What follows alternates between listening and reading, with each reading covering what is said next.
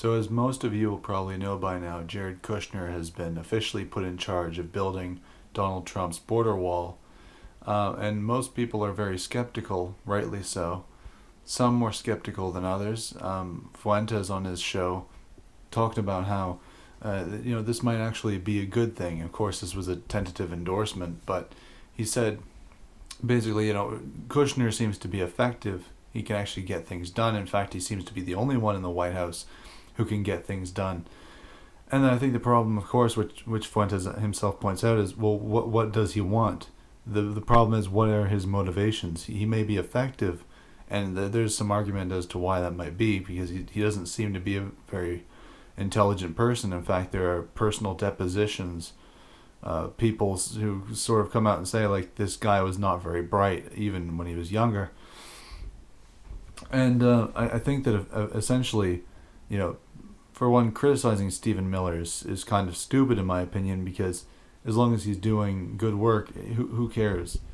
This idea that, he wants to be the only guy controlling the immigration policies. Well, Jared Kushner wants to be the only one controlling all of the policies. He was put in charge of this Middle East envoy, which was an absolute joke. He made a mockery of that, the Middle Eastern peace envoy, and now he's in charge of this border wall. Is he going to make a mockery of that as well? I suspect that yes. I suspect that actually this is the point of this and why he's being put in charge of it. I have no doubt that the reports coming out of the border saying that he's rushing, he's rushing people to get the wall put up before the election. I have no doubt that those are true and accurate.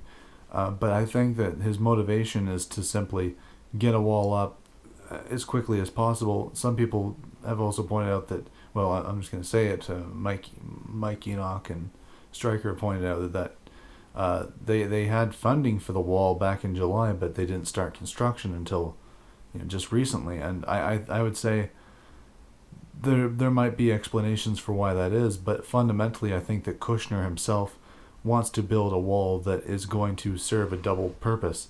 One, it's going to satisfy the base and potentially get Donald Trump reelected, but two, it might, if it is constructed hastily and if it is built in such a way, and of course people have seen it's a fence, you could cut through it, and people have cut through it, so you're constantly going to have to repair it for that reason. And also I suspect that it won't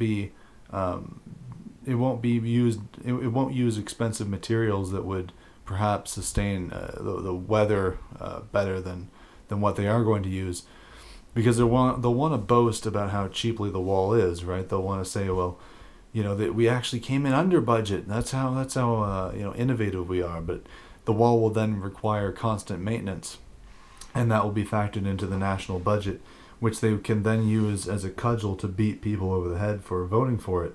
They'll say, it was just such a terrible thing.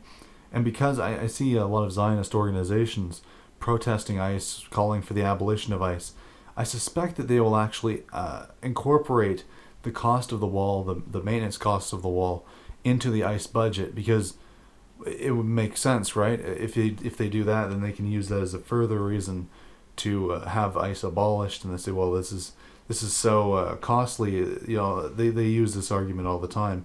Something costs too much, therefore we can't do it.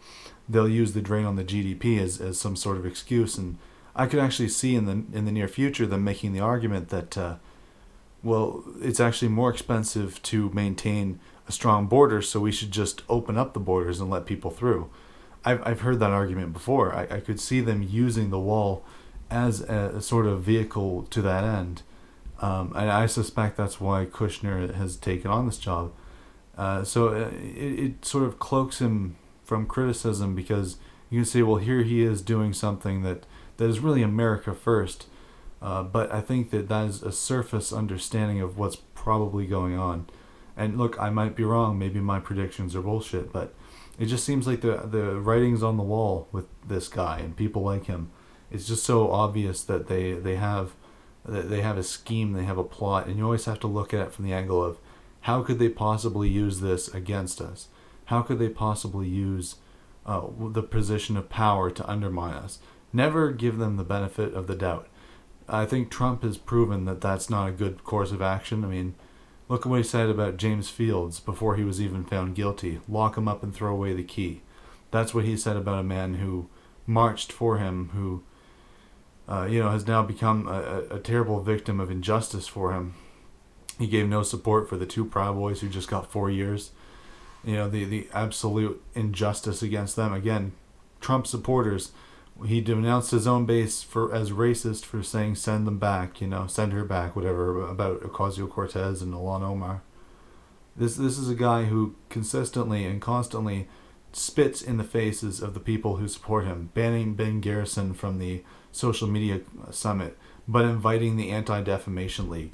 This man is not your friend. He has never been your friend. He will never be your friend. And I'm not saying don't vote for him. I understand the alternatives could be, much, much worse. But also at the same time, we shouldn't allow ourselves to be complicit and sort of comatose to what's going on here. And we should always be looking at this from the angle of, how could these people fuck us over with this? Because I think that every policy that they implement, every angle they take, every move they make is designed with that in mind. And it's only when you start to understand that and accept that you can sort of predict how they're going to move and what they're going to do. So those are my predictions. An overpriced, high-maintenance wall that they can use to destroy ICE, and also to placate the people who are furious about, of course, the recent murders by the cartel and all of the violence that we're seeing south of the border. If you have a wall up, if you're maintaining your border, you can also use that as an excuse as to why we shouldn't send troops into Mexico and instead should redirect our military towards Syria and Iran and Israel's other neighbors that they want to remove. Because, of course, nothing is ever done by our governments for us. It is always to serve the will of Zion. And Kushner has a very personal tie to those powers. So, yeah, don't trust him, don't believe him, and, always think about how your enemy is trying to destroy you, because that's the only way to approach understanding these sorts of cretins and weasels and goblins.